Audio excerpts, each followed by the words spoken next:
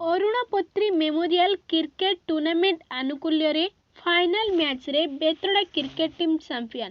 ସୂଚନା ପ୍ରକାଶ, ବାଲେଶ୍ୱର ଜିଲ୍ଲା ସିମୁଳିଆ ବ୍ଲକ ଅନ୍ତର୍ଗତ ମୁରୁଣା ପଞ୍ଚାୟତ ଧୁବଗଡ଼ିଆ ପଡ଼ିଆରେ ଅରୁଣପତ୍ରୀ ମେମୋରିଆଲ କ୍ରିକେଟ ଟିମ୍ ଫାଇନାଲ ଟୁର୍ଣ୍ଣାମେଣ୍ଟରେ ବେତଡ଼ା କ୍ରିକେଟ ଟିମ୍ ଓ ପ୍ରଗତି ସ୍ପୋର୍ଟିଂ ବାସୁଦେବପୁର କ୍ରିକେଟ ଟିମ୍ ମଧ୍ୟରେ ଅନୁଷ୍ଠିତ ହୋଇଥିଲା।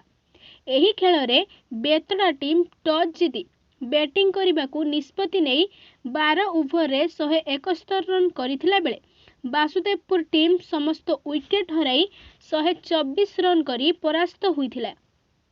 ଏହି ଖେଳକୁ ଗୌତମ ବେହେରା, ସଞ୍ଜୟ ଦାସ ପରିଚାଳନା କରିଥିଲେ। ସମୁଦାୟ 8ଟି ଦଳ ଅଂଶଗ୍ରହଣ କରିଥିଲେ।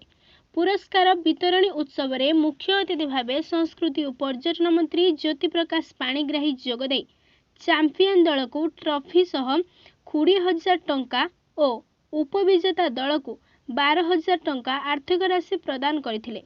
ଏହି ଅବସରରେ ଉପାଧ୍ୟକ୍ଷ ଗୌରାଙ୍ଗ ପତ୍ରୀ ଓ ସମାଜସେବୀ ସସ୍ମିତା ପତ୍ରୀ ଉପସ୍ଥିତ ଥିଲେ।